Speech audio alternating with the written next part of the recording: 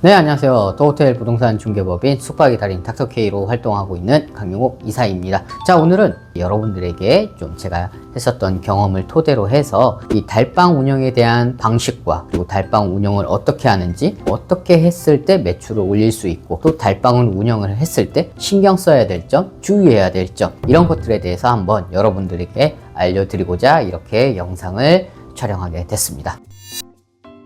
자, 장기방을 찾는 이런 수요층들이 주로 이제 공사 현장이나 인근의 뭐 산업단지 그쪽에서 일을 하시는 이런 근로자분들이 주로 찾는다라고 생각을 하시면은 이해가 편하실 것 같아요. 그러면 이 장기방 운영이라는 게 과연 무엇이냐? 말 그대로 이제 객실 하나를 손님에게 내어주고 한 달이 됐든 두 달이 됐든 세 달이 됐든 심지어 뭐 1년, 2년 단위로 사용을 하고 계시는 분들도 있는데, 이런 매출이 어떻게 보면 내가 고정적으로 이렇게 수입이 들어온다라는 이런 심리적 안정감을 이렇게 주게 돼요.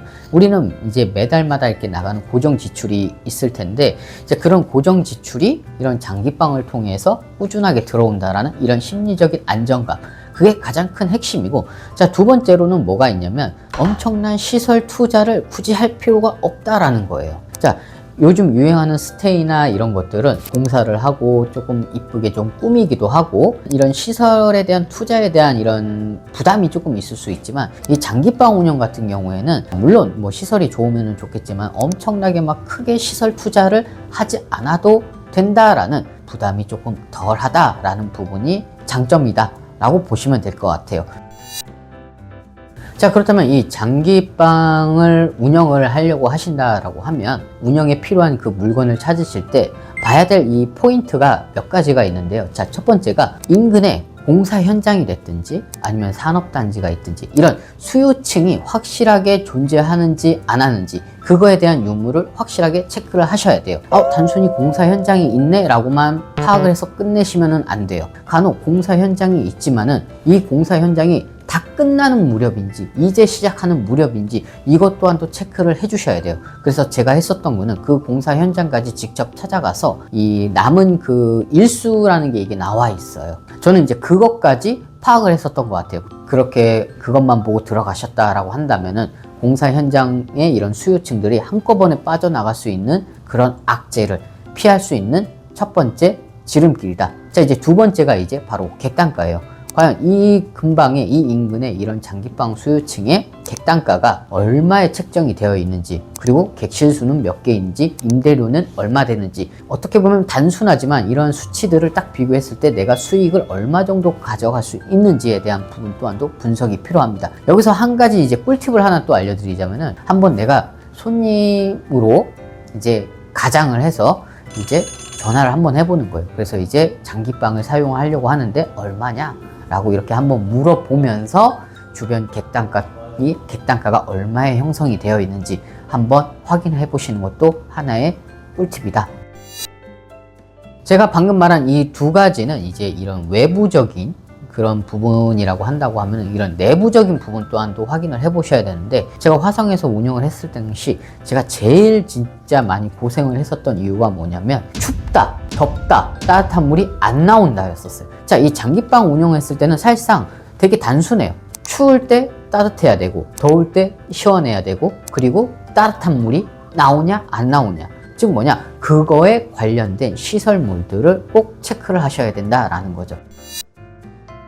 자, 그렇다면 이 장기방 운영에 대한 이 마케팅은 그럼 어떻게 해야 될까요? 이 장기방 운영은 말 그대로 구전 마케팅이다 라는 얘기를 많이 해요. 이 현장 근로를 하시는 분들이 많이 이렇게 사용을 하시기 때문에 사실상 이 입소문이 돌아요. 뭐 별도의 뭐 야놀자, 여기어때 뭐 이런 막 온라인 마케팅보다는 사실상 이런 구전 마케팅이 가장 효과적이다 라는 부분을 말씀드릴 수 있을 것 같고, 그리고 어떻게 보면 하나의 이런 신뢰, 인사성, 바로 이런 것들이 또 크게 작용을 해요. 처음 이제 제가 운영을 했을 때 제가 맨 처음에 했었던 건 뭐였냐면은 바카스, 그리고 뭐 먹을거리, 이런 것들을 바리바리 싸가지고 인근의 공사 현장을 갔어요. 바로 이 경비원, 이제 경비하시는 그분에게 먼저 이렇게 좀 쥐어드리고, 이제 거기에 직접 들어가서 그 식당 내부에다가 막 전단지를 막 붙였어요. 주문 제작한 것도 아니에요. 제가 그냥 타이핑 해가지고 식당 내부에 막 붙였어요. 그리고 거기 일을 하시는 그 식당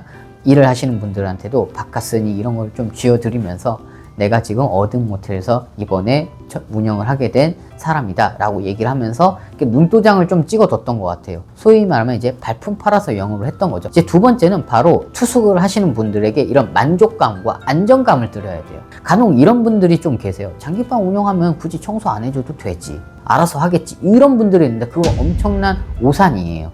제가 했었던 건 뭐냐면 그분들이 꼭 새벽 5시나 6시나 이때쯤에 나가요. 그럼 저도 대충 그 시간대에 맞춰서 저도 일어나요. 조심히 다녀오시라고. 그러면서 이제 저도 바로 객실 청소를 해요.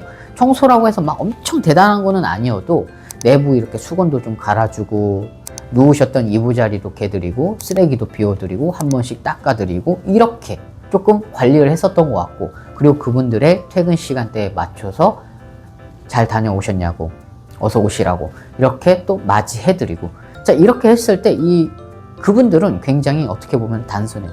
뭐 방 편하게 쉴 수 있고 이렇게 인사성 밝고 이렇게 싹싹하게 한다라고 하면은 여기 괜찮네 라고 하면서 그분들이 알아서 주변에 있는 같이 일하는 동료분들에게 나의 모텔을, 나의 숙소를 추천을 해준다라는 부분인 거죠. 그게 바로 마케팅이다 라고 저는 말씀을 드릴 수 있을 것 같습니다.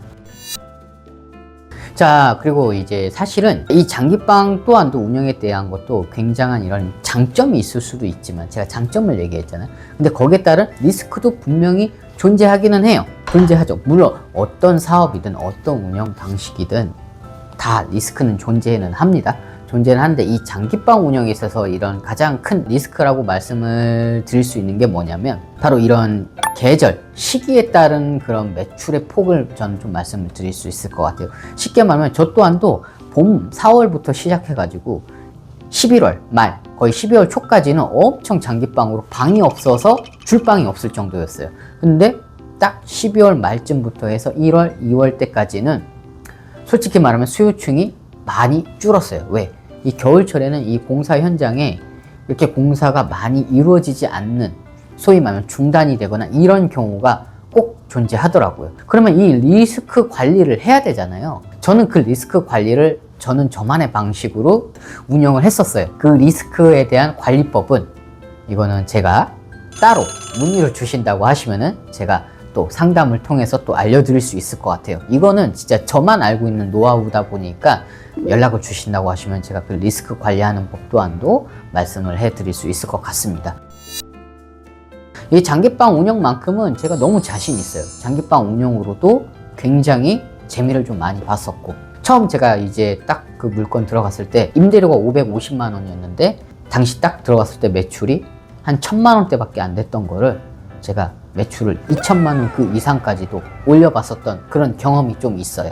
그러다 보니까 이 여러분들이 장기방 운영을 이렇게 희망하시는 분들이라 하신다면 저에게 연락 주시면은 장기방 운영을 어떻게 하면 좋은지에 대해서 또 상세하게 노하우도 전달해드리고 정보도 공유해드릴 수 있을 것 같습니다. 자, 아무튼 오늘 장기방 운영에 대해서 말씀을 좀 드렸고요. 앞으로도 또 다양한 주제로 여러분들에게 좋은 정보와 지식을 또 전달해드릴 수 있도록 하겠습니다. 감사합니다.